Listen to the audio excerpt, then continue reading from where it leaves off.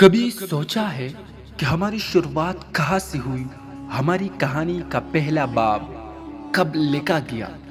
آج ہم بات کریں گے پہلے انسان، پہلے نبی یعنی حضرت آدم علیہ السلام کی۔ یہ ویڈیو آپ دیکھ رہے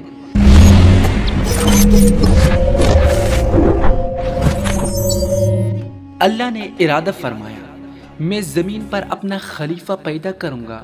فرشتے حیران ہوئے کہ یہ کیسی مخلوق ہوگی جو زمین پر فساد کریں گے، لیکن اللہ نے فرمایا میں وہ جانتا ہوں جو تم نہیں جانتے۔ پھر اللہ نے مٹی سے حضرت آدم علیہ السلام کو بنایا، خوبصورت، باکمال، اور پھر ان میں روح پونکی۔ یہ انسان جو سجدے کے قابل قرار پایا۔ اللہ نے تمام فرشتوں کو حکم دیا آدم کو سجدہ کرو۔ سب نے سجدہ کیا مگر ایک نے نہیں کیا۔ شیطان غرور سے بولا میں آگ سے بنا ہوں، یہ مٹی سے، میں کیوں سجدہ کروں؟ اور یوں شیطان مردود ہوا، ہمیشہ کے لیے لعنت کا مستحق۔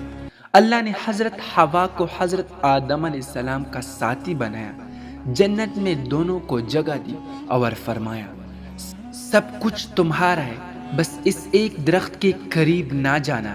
لیکن شیطان نے وسوسہ ڈالا، کہا یہ درخت تو ہمیشہ کی زندگی دیتا ہے، اور وہ لمحہ جہاں انسان کمزور پڑ گیا۔